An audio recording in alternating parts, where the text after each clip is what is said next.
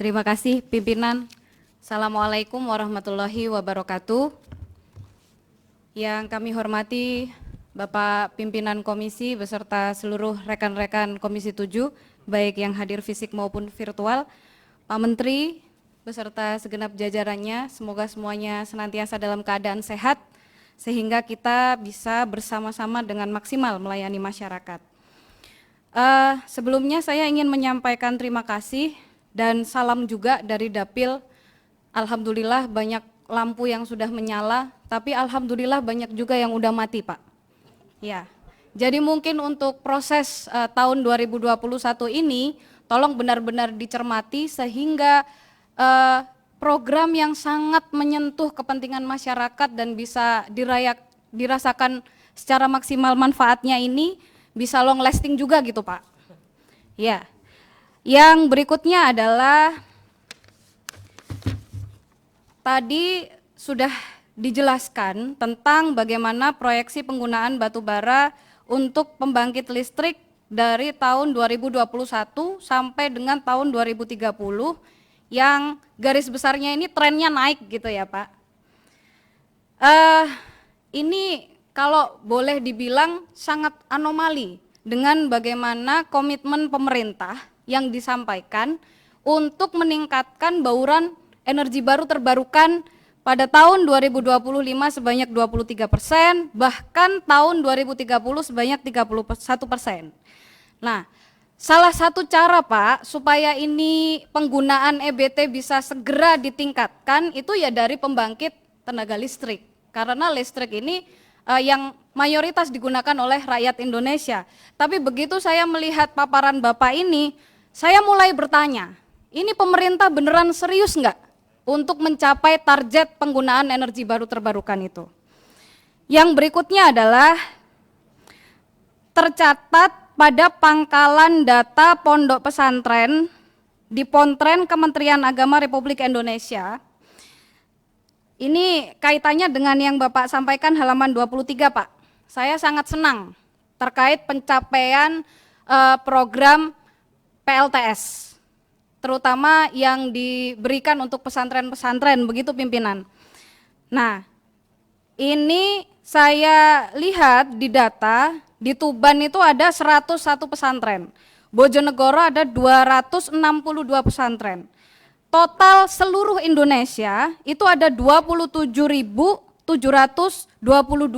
pesantren. Yang total santrinya Pak itu kurang lebih 5 jutaan. Lah, ini kalau memang Bapak beneran concern untuk mengembangkan penggunaan PLTS rooftop di lingkup wilayah pesantren, itu saya yakin akan bisa ikut meningkatkan penggunaan bauran energi baru terbarukan ini dengan sangat signifikan, Pak. Jadi siar Kementerian ESDM untuk bisa meningkatkan penggunaan bauran energi baru terbarukan ini terasa. Dan kita tahu bahwa pesantren-pesantren itu Pak, rata-rata lillahi ta'ala. Jadi mereka itu banyak sekali yang tidak menarik iuran dari para santrinya. Tentu apa yang Bapak sumbangkan kepada pesantren-pesantren tersebut akan nyata dirasakan manfaatnya dari pengelola pesantren sendiri, juga masyarakat secara umum. Sehingga kami mohon mungkin untuk program di 2021 ataupun di kedepannya PLTS rooftop untuk lingkup pesantren ini semakin digalakkan. Yang berikutnya saya menyambung tadi apa yang sudah disampaikan oleh senior kami Pak Kardaya. Terima kasih Pak Kardaya perhatiannya untuk Tuban, saya terharu Pak. Ya, ini sungguh sangat memprihatinkan Pak. Bagaimana bisa terjadi pencurian di tengah laut Pak, pakai kapal besar, dan menurut investigasi yang dilakukan sampai dengan hari ini udah terjadi 4 kali.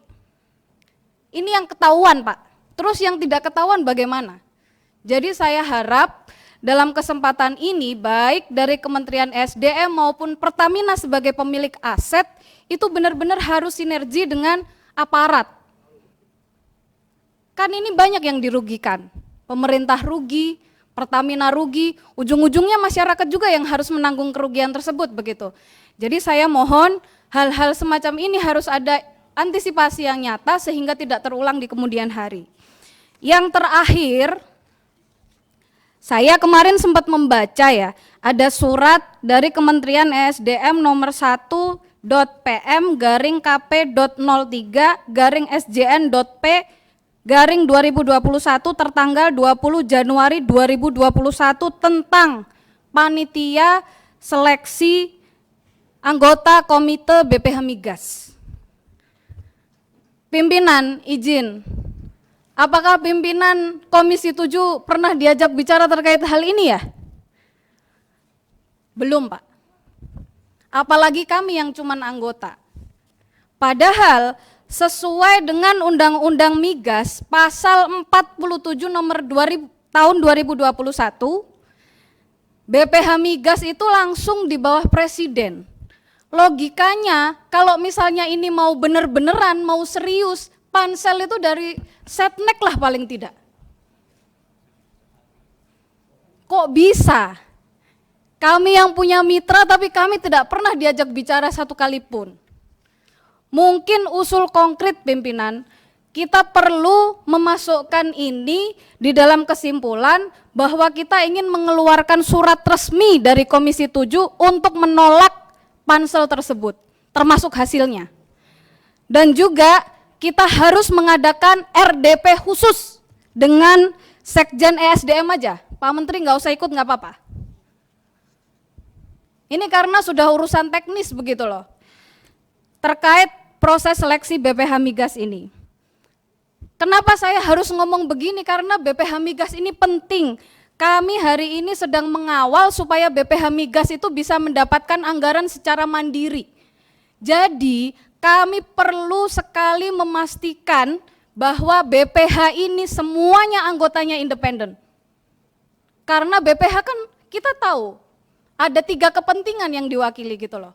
Ada pemerintah di situ, ada badan usahanya juga, dan masyarakat sebagai pemilik kekuasaan tertinggi di negara Republik Indonesia ini. Saya harap begitu Pak Menteri. Dan juga saya lihat di suratnya tersebut, kenapa ada batasan usia? Minimal 40 tahun. Jujur saya sebagai milenial itu agak tersakiti gitu loh. Berarti kan panitia seleksi ini tidak menganggap milenial-milenial yang ada di Indonesia ini capable untuk masuk di dalam keanggotaan Komite BPH Migas. Why?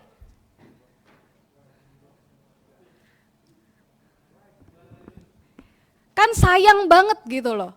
Padahal ada banyak sekali jutaan milenial di Indonesia ini yang saya yakin mereka itu memiliki potensi untuk bisa mensupport kinerja BPH Migas ke depan.